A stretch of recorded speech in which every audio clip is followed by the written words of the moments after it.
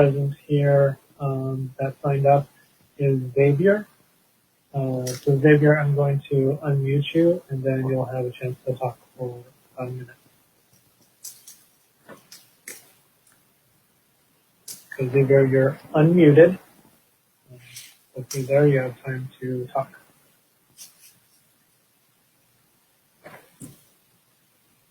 There we go. Can everyone hear me? Yeah. Thank you. So one quick question that I have is the new goal for the Department of Health under the Washington governor's mandate to stop the spread of SARS-CoV-2? And how is this going to be possible with a virus that is airborne for fomite delivery? What is the data on any sort of health policy using vaccination as a way to stop the spread of that disease? That's just a question that I have. Hopefully it can be answered later on. I have no further comments on this. Thank you. Thank you.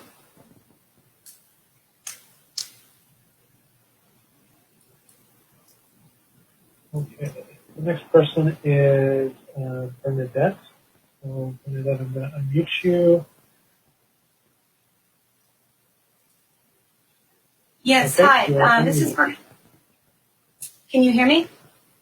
Yeah. Yes, good. Okay, Bernadette Pager, Public Policy Director of Informed Choice Washington. First, I want to thank Dr. Duchin for bringing up the most recent data and safety concerns for vaccinating individuals who have had COVID-19. Your cautions must go out immediately if severe reactions are to be avoided, and if those who volunteer to get these investigational vaccines are to be able to give fully informed consent. The marketing messages coming from the Department of Health contain false and misleading messages that potentially put citizens at risk.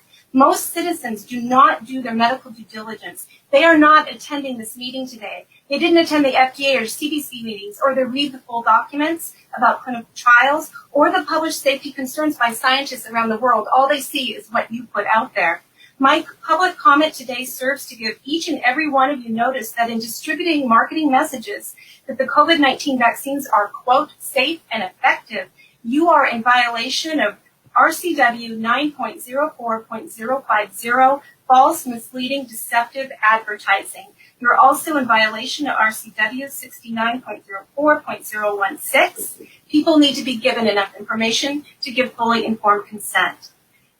I want to read to you what the FDA has said they do not know about these vaccines, which you are fully aware of, that they don't know the duration of immunity if it's greater than 2 months. They don't know effectiveness and safety in kids and pregnant women. They don't know subgroup variability in effectiveness or safety. They do not know long-term vaccine adverse events. They don't know effect of asymptomatic infection or infectiousness. They don't know effect on previously infected patients. They don't know about enhanced respiratory disease, protection against long-term COVID risks, efficacy with viral changes, or effect on mortality.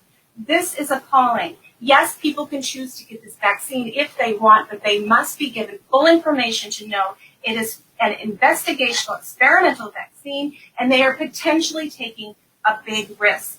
And your continued ignoring of existing treatment protocols, especially vitamin D, is allowing mild cases to develop to severe and hospitalized cases. And it's certainly a moral crime, if not a legal crime. And I encourage every single listener to go to healthyimmunitynow.org to learn about the many nutrient and drug protocols to protect yourself and your loved ones and avoid these investigational and unnecessary COVID vaccines. Thank you.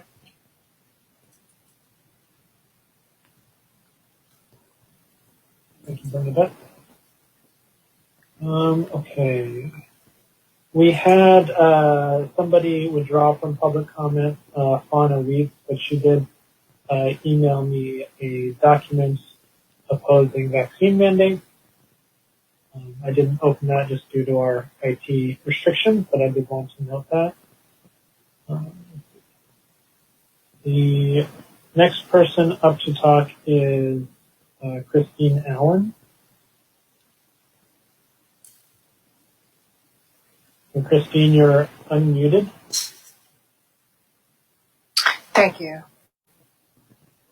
With the Pfizer and Moderna products being authorized for emergency use, the emphasis that I'd like to talk about is 1, true informed consent, and 2, post-marketing reporting.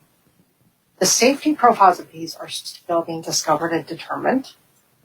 Approval committees like this one and others discuss the post-marketing data gathering mechanisms and adverse reaction reporting to further understand the safety and efficacy profiles.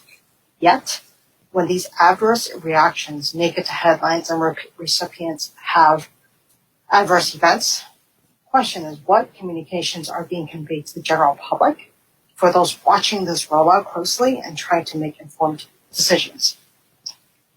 I come across the videos on platforms like YouTube, and they have 60 seconds to convey what the COVID vaccine is supposed to do.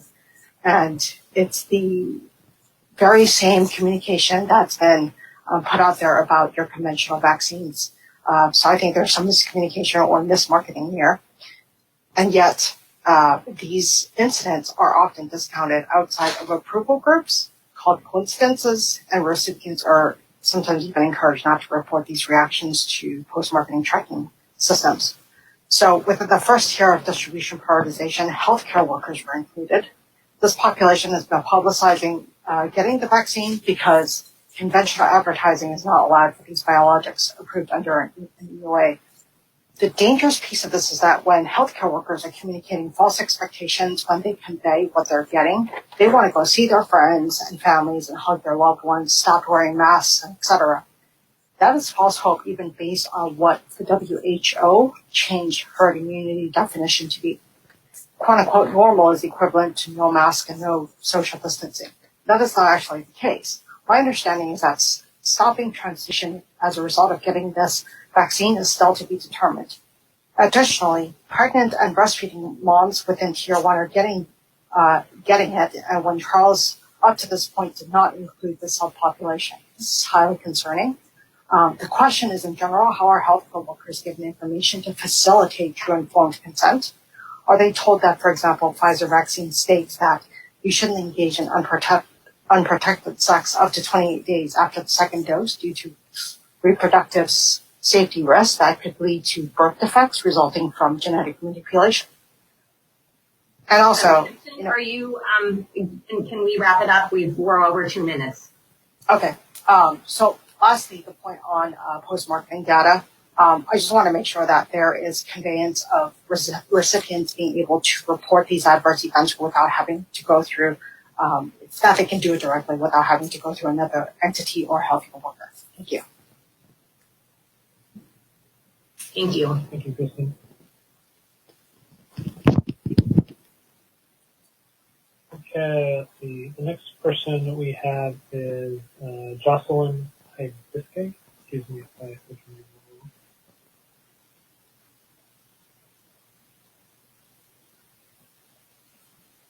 wrong. Jocelyn, you're unmuted. You can talk.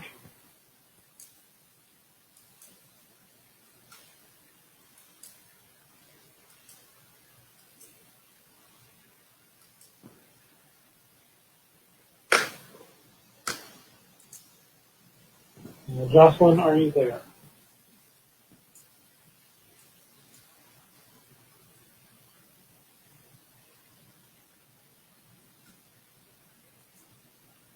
Okay, we're going to move on. We have one more speaker that's present today, Susie Olson-Corrigan. I'm going to unmute you. And you're unmuted and you'll have time to talk. Okay, can you hear me? Yeah. Okay, hi. My name is Susie Olson-Corrigan. I have a few questions, and I know you guys can't answer, but I just want to pose these, and if any of you can respond to me via email, I would appreciate it. I just wanted to thank Dr. Duchin for bringing up the point that we needed to amend last meeting's minutes to reflect those higher rates of grade 3 adverse events happening with the COVID-19 vaccine.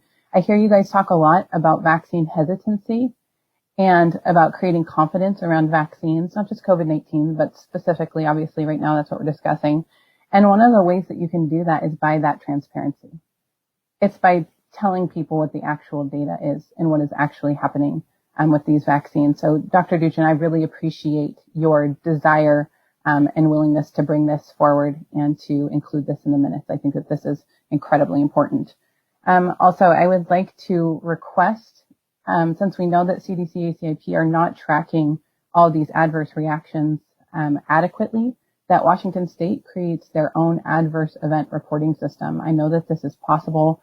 You guys I've been attending these VAC meetings and DOH meetings for several years now. I know that you guys are very capable of creating this, and I think that that would also create much more confidence for the citizens of Washington State if we could clearly see in real time what was happening with this vaccination, as well as all other vaccinations on the current recommended schedules.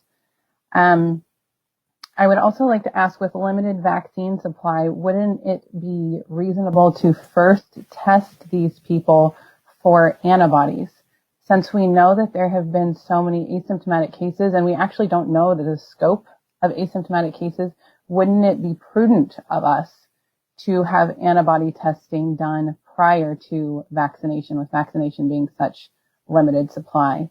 I know that we don't know the long-term protection that having the infection itself provides, but we also don't know the long-term protection that the vaccine is going to provide.